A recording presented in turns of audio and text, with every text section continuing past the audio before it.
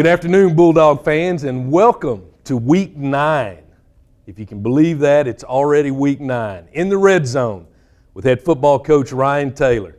Coach, welcome. Well, sir, good to see you again. It's good to see you. It seems sir. like, off camera we were talking about, it seems like it's been years since we've done this, with a couple of byes and then playing away since the Blinn game. So glad you're back. We're ready to talk Bulldog football, and let's kick things off with the Blinn victory. Okay. I know it's been 2 or 3 weeks now since that game, but just give us a quick overview of how you guys felt and the victory in itself. Yeah, and hey, it's always good getting a W. I'll take it however I can. I thought the guys played really well in all 3 phases.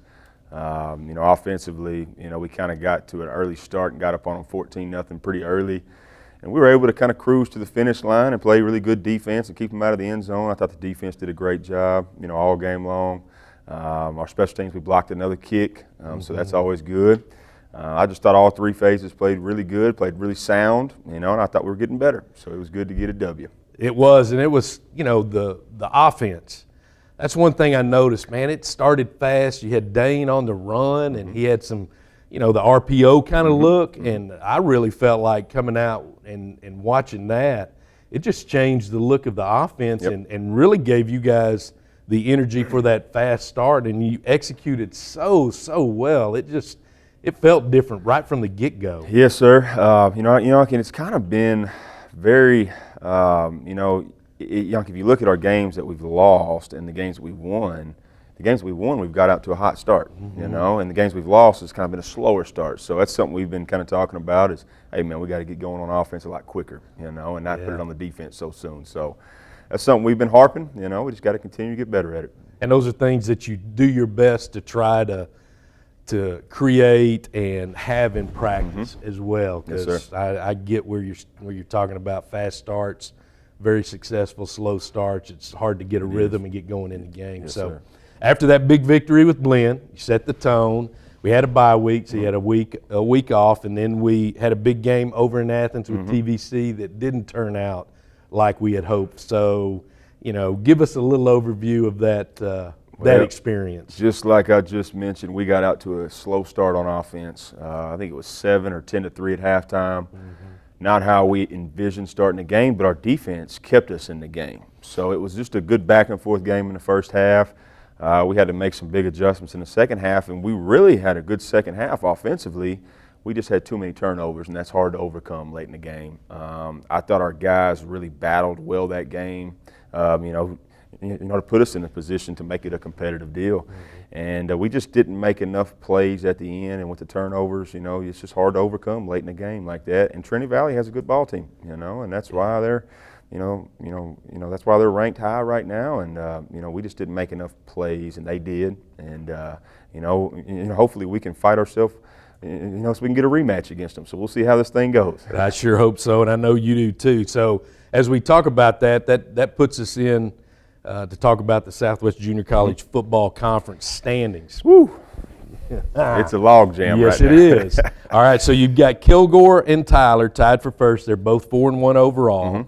Then you have New Mexico Military Institute at 4-2, TVCC's at 3-2, and then we are also at 3-2. Your opponent today, Cisco, and we'll talk more about them. They are 3-3, and you can kind of give us a scenario of how they're feeling. And then also, once we're through with this, we'll talk a little bit more about the playoffs. And then you've got Blinn and NEO at the bottom of the conference. Both of those schools are 0-5. So you've got a log jam at the top and in the middle, and you only take 4. Top 4. Yep. So you've got 2, 4, you've got 5 people, really 6. I'll count Cisco. You've got 6 to take 4. So it's real easy. We win out, we're in. Sir. We lose out, we're out. Yep. All right, now it's your job to tell us if we split, how does this thing totally play out? I'll give that to you. Lots of scenarios if we split and go 1-1. You do not control your own destiny, and it's not a position we want to be in. Of course, we're going into these next 2 weeks. We're trying to go 1-0 each week and win these next 2 ball games and put ourselves into the playoffs. And if we do that, then I think that we'll have another, it's kind of like I mentioned, another shot at Trinity Valley, or a New Mexico Military. It could also be a situation where we line up and play Kilgore a second time, in the first round. So there's a lot of different scenarios on that. These next 2 weeks, everybody's playing so you got Tyler playing Kilgore this weekend, us, all right, and then you got Trinity Valley and Nimmy playing each other. So you got us and Cisco, you got Trinity Valley playing Nimmy, and you got Tyler and Kilgore. So all 3 of those games are vital in where this thing's going to go. So it's going to be an interesting Saturday. We just have to go handle business and beat Cisco. Their backs are against the wall. This is their last regular season game, and they have to win to get into the playoffs. They cannot split and go one. And we're expecting everything from them. We're going to have our guys ready to go. I know Cisco's back's against the wall, and they have to get a W because if not, their season's over with. And I think it's just a typical Southwest Junior College fight. I feel like it's been like this for the past 8 to 10 years. We're kind of towards the end of the season. Everybody's kind of fighting for those last 4 spots. So it's, you win and you're in, and you lose and your season's done here shortly. So, of course, we don't want to go 0-2 or a split and go 1-1. So we're going to do everything we can to make sure that we win these next 2 ball games. Well, this week, today, Saturday, there's going to be some jockeying. There's going to be some places better defined with the way the schedule is here. The 6 teams that are vying for those spots are playing each other. Yep. So it is a big day for everybody. It's gonna be really curious to see. I know Trinity Valley, they go to New Mexico. Tyler goes to Kilgore, and of course Cisco's coming here. So there is no telling what's going to happen. Everybody can beat everybody at this point in the season. So whoever's playing the best ball right now and whoever's the hottest is probably going to be the ones that's going to get in the playoffs. So it's going to be interesting. It is, and you're right. Southwest Junior College football is it's tough, and there's always battles, and it's happened year in and year out and for decades. So I think it's one of the best conferences in the nation as far as junior college football goes. All right, so we've had a look at the playoffs. Now let's talk about Cisco. But before we really kick off, this is the last conference home game here at Tiger Stadium. So it's also the last home game for your sophomore class, and they're a special group to any coach. You stay with some at the junior college level. You're with them for 2 years. You develop rapport and relationships with them. Let's just give the fans an overall view of how the sophomore class has contributed to the football program over these past 2 years. Well, I think it's a really good group of guys. We've got 28 of those sophomores that are going to be graduating in December. And there's a couple more that are going to have to come back in the spring and graduate. There's about 8 to 10 of those. So there's almost 35 to 40 sophomores on our team that are going to be moving on after this season. This is their last game here. And it's a really good group. I don't really want to get into the individuals on it. I think the group of it is really our backbone of our team. It's a really solid group of guys that have really bought into what we have asked of them, and they haven't wavered, and they, every single day they show up and they're accountable and they do what's necessary, and, they're all bought in, and it's a really good group to be around. I feel like we've grown together, and even with some of our guys that have been here 2 years and just some of our transfers that just got here, that are fairly new to what we're doing, that are still sophomores. We've really gelled together in these past couple months, and I have a really good feeling about it. I think we're playing really well right now. I just think we got to clean up some things here and there, but the sophomore group has taken the team on their back, and they've really done a good job just being the backbone of what we're doing. So. Going out and watching you guys practice, I feel that too. Seeing how everybody works together, the camaraderie, the amount of work that's put in, the focus, and the attention to detail that those guys have is neat to see, and the challenging that players do towards each other. Let's say a receiver's wide open. Hey, QB. Hey, man, look at me. Come on now. Just little things like that. But I think overall, I think you're right, man. The sophomore group has really set the tone for you this year, and your coaches have been able to truly coach instead of manage a group. They've been able to coach and Yep. do what they signed on to do. Absolutely. And I'll say this too, I think at this level, some people, they don't really fully understand that, it's so quick in junior college. Mm-hmm. You got 1 to 2 years, and you go junior college to play some really good football, get your education, and then you got to move on, because you're trying to get that 4-year degree. Yeah. And it's really neat to see those sophomore guys go into their last season really with an unknown, all right? I'd say 95% of them didn't have a clue what was going to happen after December. And now that the season has progressed, a lot of schools are coming in there and recruiting our kids. And, it's just really neat to see the finish line and then finishing their journey and then getting opportunities to play at the next level in front of a lot of people. I mean, I feel like a lot of our kids are getting a lot of Division I opportunities as far as offers. And it's just really cool to see the journey finish and guys be able to have the opportunity. I always tell I always tell the team, you got to have the light at the end of the tunnel. As you're going through junior college, you're going through this tunnel, and sometimes it's dark, and sometimes that light at the end is not as bright some days, and you got to just continue to have faith that everything's going to work out. And it's really cool to see, like I mentioned, them get towards the end of their tunnel journey, and that light now is getting bigger for some guys, Yeah. and it's just a neat experience in junior college athletics to be able to see those sophomores be able to get what they came for and then move on to bigger and better things. Yeah. So it's really cool. So. Who better to explain that to them than you, being a JUCO product and then going on to one of the biggest stages in the nation at UCLA? I mean, that's you lived it.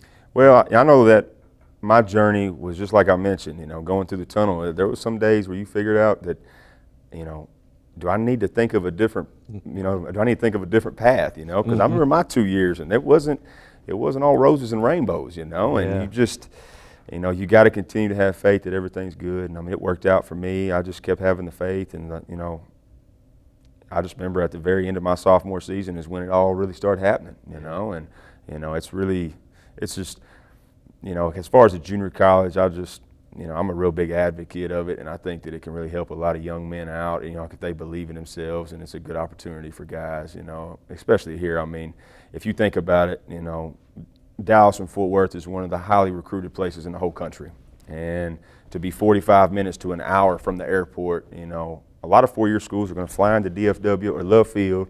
They're going to go hit DFW, and they're going to come right down to Corsicana, and they're going, they're going to see what's happening in the Bulldog country. So it's a lot of opportunities for young men, and it's just really cool to see them really reap those opportunities and move on to bigger and better things. That's good. Well, I hope the guys get their Yes, sir. get their opportunities. Yes, And sir. You've said that we've had coaches come out and watch, so hopefully we'll have some of our guys will have those opportunities on down the road. I appreciate All right, now big day. Today's the day. It's game day, and now we're to Cisco. So to kick things off, let's talk about the strengths that you are going to face against Cisco today. Okay. Well, I spent 5 years of my life in Cisco, Texas. I'll let you bring that up. I wasn't going to address So that. it's Cisco is special to my heart still. If there's one thing I have to say about their football team, and it's something that we always kind of stood on whenever I was there, was, we're a scrappy group of guys, and we always had guys that really loved the game of football, and I think that's the same thing that this team that's coming, what today's going to have. They're a talented group. They're scrappy. They play hard. They're well coached. Coach Lee's doing a great job with them. We have to go be disciplined. We cannot turn the ball over, and we just got to go play our brand of football. And if we can do those three things, we'll be okay. But if we go in there and we're not disciplined and we're not doing what we're supposed to do and we're not aligned up in the right spot, it's going to be a long day. And if we turn the ball over, you know how that goes. So Yes. I think in week 9 of everybody's season, those things are so critical. I mean, everybody knows everybody at this point in the year. Everybody's seen film on everybody, so there's no hiding what you're doing. You've got to go do your job and go do it at a very high level now. So it just comes down to that, and it's what team is going to do it better than the other. Yeah. And we got to finish the race, and we got to go play hard. So. Well, and like you said, Cisco, they don't have anything to lose. You mentioned it before, and I can't remember if we've talked about it now, but this is their last game of the year. They've got a bye next week. So, you mentioned discipline, and, they're going to run the offensive scheme that they've been running for weeks, and defensively they're going to play the defense that they've done. But when you don't have anything to lose, how do you prepare for some of the possible unknowns that, as simple as it may seem, those unknowns could be the game breaker? They could win, lose a game, change the momentum of the game. How do you go about preparing for some of those tricks and just the unknowns? Well, it's, you got to be disciplined. You got to have great eyes, and your assignment's got to be on point. But I think whenever you think about Cisco and their situation right now, like you said, their backs are against the wall, okay? They have a unique situation in their season where they have a Week 10 bye. So they have to win today against us, and they have to get help from the Trinity Valley and the Nemi game for them to get into the playoffs. So they don't control their own destiny right now. So in my mind, as a coach going into this, you have to anticipate everything in all three phases. Special teams, you got to anticipate fake punts, onside kicks, you name it. Everything to get an edge, all right, you got to be ready for it. Defensively, man, we got to be ready for all types of trick plays and anything new, okay? Offensively, I think they're going to be who they are on defense, and I don't think they're really going to waver from that. So we got to go just do our job and not turn the ball over. But their backs are against the wall, so we have to be ready for anything. And that could be a double reverse pass, it could be a fake punt, or whatever you name it. So it's just, and we got to be on our P's and Q's tonight. So. Yeah. Well, and as crazy as that seems, and it's just one play that you even mentioned, double reverse pass. That double reverse pass could be a completion for a touchdown and just change the game. Yep. I think at this point in the year, too, as well, momentum's a big thing. So, we got to try to keep the momentum on our side and limit the big plays they have, and let's just keep the mojo on ours, and let's go win this game. So, has the fact that it's homecoming changed your preparation or the way things are going through this week since it's a homecoming week? Not really. I think where it's kind of changed is like the sophomores' mentality of it. It's their last time to play a regular season game here, and for the guys that have been with us for 2 years, that's special, Yep. I wouldn't say so much for the transfers that came here this year, because they aren't fully invested as long as those other guys are, but it's still important for those sophomores that, man, this is our last time to play here, and we got to go lay it all on the line and make sure we get a W. Yeah. So, well, good deal, Coach.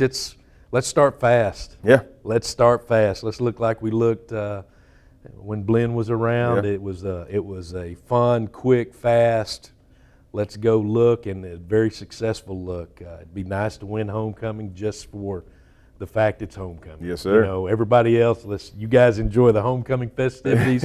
We're here to play a little football. That's right. That's right. good. We're going to try to put on a show tonight. Good deal. Well, Coach, we wish you the best. Thank you. You and your sophomores, as well as your freshmen. But I know, like you said, it's going to be special for those sophomores today. Yes, sir. So hopefully we'll come out with a victory after today's game. That's the plan. Yes, right sir. on. Thank you. I dig it. Thank you. All right, there you go, Bulldog fans. Week 9, homecoming. The last home game of the conference season. The Bulldogs are up against the Cisco Wranglers. Enjoy the game. It's going to be a good one.